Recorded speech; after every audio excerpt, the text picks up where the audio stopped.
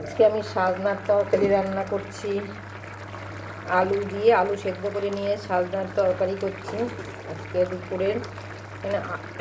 আর এই সাজনার রেসিপি আমার ইউটিউব চ্যানেলে দেওয়া আছে। অন্যদিন তো সর্ষে বাটা করি, আজকে আলু দিয়ে ঝোল করেছি সাজনার। আদা জিরে লঙ্কা টমেটো দিয়েছি বাটা, আর গরম মশলা, আর একটু নামানোর আগে সামান্য একটু ঘি দিয়ে দিলাম।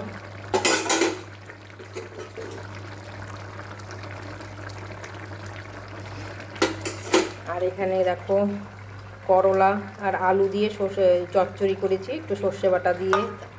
আর এটা হলো পটল, আলু পটলের রসা। আর এখানে হচ্ছে সর্ষে আর একটু ডাল করব। এটাই আমাদের আজকের দুপুরের শর্টকাট নিরামিষ মেনু। একটু ডাল ভাজা করব পরে।